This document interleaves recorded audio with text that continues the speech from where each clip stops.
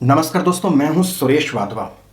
कल 9 जून 2024 को देश के प्रधानमंत्री मोदी जी ने तीसरी बार शपथ ली प्रधानमंत्री पद की। तो इसके बाद हम मान सकते हैं कि लोकसभा चुनाव 2024 का जो एक कार्यक्रम है, जो कई महीनों चला, वो संपन्न हो गया। लेकिन हमारे देश में हर साल किसी न किसी राज्य में चुनाव लगे रहते हैं। इसलिए मोदी जी चिंता कर रहे हैं वन नेशन वन इलेक्शन के कॉन्सेप्ट पे। ये बात का विषय है। लेकिन फिलहाल हमें यह समझना होगा कि अब इस साल यहां से आगे हरियाणा राज्य में, महाराष्ट्र राज्य में, झारखंड राज्य में और अगले साल दिल्ली में स्टेट लेजिस्लेचर असेंबली के चुनाव हैं। तो अगर आपकी एक रजिस्टर्ड पॉलिटिकल पार्टी है और आप चाहते हैं आने वाले इन राज्यों के चुनावों में, हरियाणा, महाराष्ट्र, झारखंड, दिल्ली में आपकी पार्टी भी चुनाव लड़े और आपके भी उम्मीदवार जीतकर इन असेंबलीज में आए, तो इसके लिए सबसे मोस्ट इंपॉर्टेंट है कि सबसे पहले आप एक कॉमन इलेक्शन सिंबल अप्लाई करें इलेक्शन कमीशन ऑफ इंडिया के पास। तो आज के इस वीडियो का टॉपिक है कि इलेक्शन कमीशन ऑफ इंडिया के पास एक कॉमन इलेक्शन सिंबल कैसे अप्लाई करें। तो आइए इस वीडियो की शुरुआत करते हैं। उन टर्म्स एंड कंडीशंस को समझते हैं subject to which the common election symbol is allotted to your registered political party. Number 1, सबसे पहला पॉइंट, यदि आप चुनाव आयोग के पास कॉमन इलेक्शन सिंबल के लिए अप्लाई करना चाहते हैं तो सबसे पहली शर्त यह है, you must be a registered political party as on the date of application. आपका एक रजिस्टर्ड पॉलिटिकल पार्टी होना, चुनाव आयोग के द्वारा आपको सर्टिफिकेट ऑफ रजिस्ट्रेशन दिया जाना, यह बहुत ज़रूरी है। यदि अभी तक आपकी पार्टी का एक औपचारिक रजिस्ट्रेशन नहीं हुआ है तो आप इस एप्लीकेशन को नहीं लगा सकते। अब हम दूसरा पॉइंट पे चलते हैं कि किस समय आपको यह एप्लीकेशन फाइल करनी है। तो ये सारी जानकारियां इलेक्शन कमीशन ऑफ इंडिया की वेबसाइट पे उपलब्ध है। दूसरा point, election commission of India के पास कॉमन इलेक्शन सिंबल अप्लाई कब करना है। तो इसका जवाब बड़ा ही आसान है। आपको 2 तारीखों का ध्यान रखना है कि देखिए, आमतौर पर जब किसी भी राज्य में स्टेट लेजिस्लेचर असेंबली अपना नॉर्मल कार्यकाल पूरा करने वाली है तो उस नॉर्मल कार्यकाल, जो नॉर्मल टेन्योर को पूरा करने के आखिरी के 6 महीनों में आप अपनी पॉलिटिकल पार्टी के कॉमन इलेक्शन सिंबल को अप्लाई करने के लिए जा सकते हैं। और इसके साथ एक डेट आपको और ध्यान रखनी है, जिस दिन इलेक्शन कमीशन उस राज्य में इलेक्शन नोटिफिकेशन लेके आएगा उससे कम 5 दिन पहले आपको यह जरूर अप्लाई करना है। तो फिर से डिस्कस करते हैं। 2 शर्तें एक साथ आपको पूरी करनी है। एक एग्जांपल लेते हैं। हरियाणा राज्य की विधानसभा जो है ये 3 नवंबर 2024 को अपना कार्यकाल पूरा कर लेगी।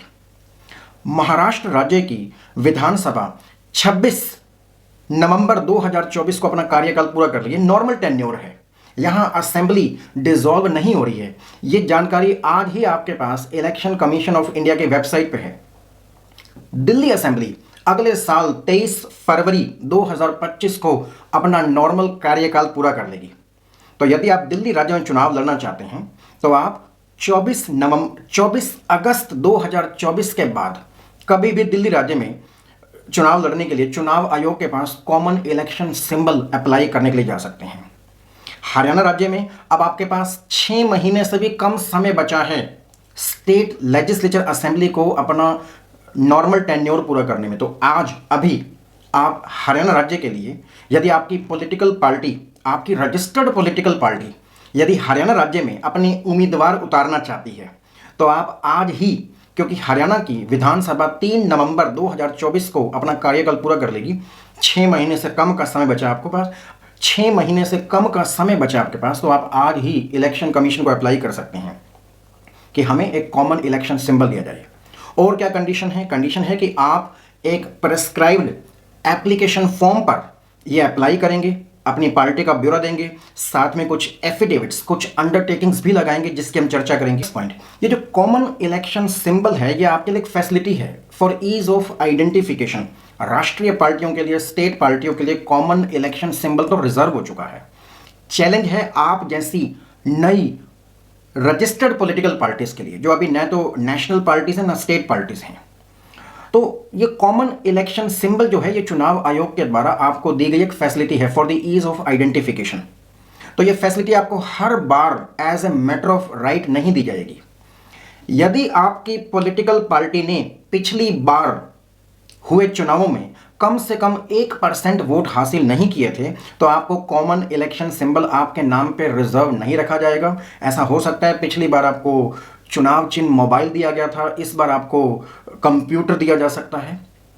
तो कॉमन इलेक्शन सिंबल तभी आपके नाम पे बार बार रिजर्व किया जाएगा जब पिछले चुनावों में आपकी पॉलिटिकल पार्टी को टोटल वैलिड वोट्स का कम से कम 1% आपकी पार्टी ने हासिल किए।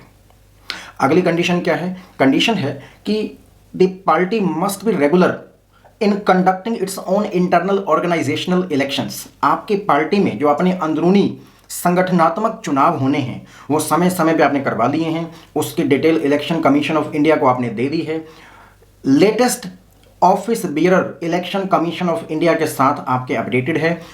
उसी latest election commission of India के साथ जो आपके ऑफिस बियरर रिकॉर्डेड हैं उसी के द्वारा इस एप्लीकेशन को जो आज आप फाइल कर रहे हैं for the allotment of common symbol, तो ये एप्लीकेशन उसी पदाधिकारी अर्थात प्रेसिडेंट या सेक्रेटरी के द्वारा साइन की जाएगी जो इलेक्शन कमीशन ऑफ इंडिया के साथ अपडेटेड रिकॉर्ड्स जिनके हैं। और आखिरी condition, common election symbol apply करने के लिए आपकी पार्टी ने पिछले 3 सालों में लगातार अपनी जो एनुअल ऑडिटेड फाइनेंशियल स्टेटमेंट्स हैं, अपनी कंट्रीब्यूशन रिपोर्ट्स हैं पिछले 3 सालों की, ये आपने जमा करा दी हैं। एनुअल ऑडिटेड फाइनेंशियल स्टेटमेंट्स हम सभी समझते हैं। कंट्रीब्यूशन रिपोर्ट्स क्या होती हैं? कोई भी व्यक्ति जिसने आपकी पॉलिटिकल पार्टी को 20,000 रुपये या 20,000 रुपये से ज़्यादा का चंदा दिया है उसकी एक रिपोर्ट आप समय समय पे इलेक्शन कमीशन के साथ फाइल करने में रेगुलर हैं। तो ये कंडीशन है कि your party must be regular in filing annual audited financial statements and contribution reports for the last 3 years. ये रिपोर्ट आप अपनी जहां आपकी पॉलिटिकल पार्टी का हेडक्वार्टर है उस राज्य के चीफ इलेक्टोरल ऑफिसर के पास फाइल करेंगे। आखिरी point, the party must be found regular in filing election expenditure report also for the last 2 years for the last 2 times. जब भी इलेक्शन संपन्न होते हैं इसके बाद आप इलेक्शन कमीशन को चुनाव में किए गए खर्चों का ब्यौरा देते हैं जिसको हम इलेक्शन एक्सपेंडिचर रिपोर्ट कहते हैं। तो कॉमन इलेक्शन सिंबल पाने के लिए आपको अपनी इलेक्शन एक्सपेंडिचर रिपोर्ट भी पिछले 2 सालों की फाइल करनी होगी इलेक्शन कमीशन ऑफ इंडिया के पास। तो इन टर्म्स एंड कंडीशंस को पूरा, ये बेसिक एलिजिबिलिटीज़ हैं। आप एप्लीकेशन फॉर्म भरेंगे, जो भी ये शर्तें आपको बताई गई हैं इन सभी शर्तों को आप एक नोटराइज्ड एफिडेविट के तौर पर कि party is regular in filing it's annual financial statements, expenditure reports, contribution reports, party ने अपने यहाँ ऑर्गेनाइजेशनल इलेक्शंस करवा लिए हैं, ये आपके कहने मात्र से नहीं चलेगा। इन सब जानकारियों को आप in the form of undertakings, declarations and affidavits duly notarised आप एप्लीकेशन फॉर्म के साथ लगाएंगे और आपके एप्लीकेशन फॉर्म पे इलेक्शन कमीशन विचार करके आपको एक कॉमन इलेक्शन सिंबल, चुनाव चिन्ह आपकी पार्टी को अलॉट कर सकता है जिससे आपकी पार्टी को ज़रूर फायदा होगा। आपके सभी उम्मीदवारों को एक पहचान मिलेगी, एक कॉमन पहचान मिलेगी। और अगर किसी भी कारण से आपकी पॉलिटिकल पार्टी को फिलहाल एप्लीकेशन में कोई भी टेक्निकल डिफेक्ट के कारण आपके कॉमन इलेक्शन सिंबल की एप्लीकेशन को रिजेक्ट कर दिया गया है तो आप इसे फिर से नए सिरे से उस डिफेक्ट को दूर करके दोबारा भी फाइल कर सकते हैं।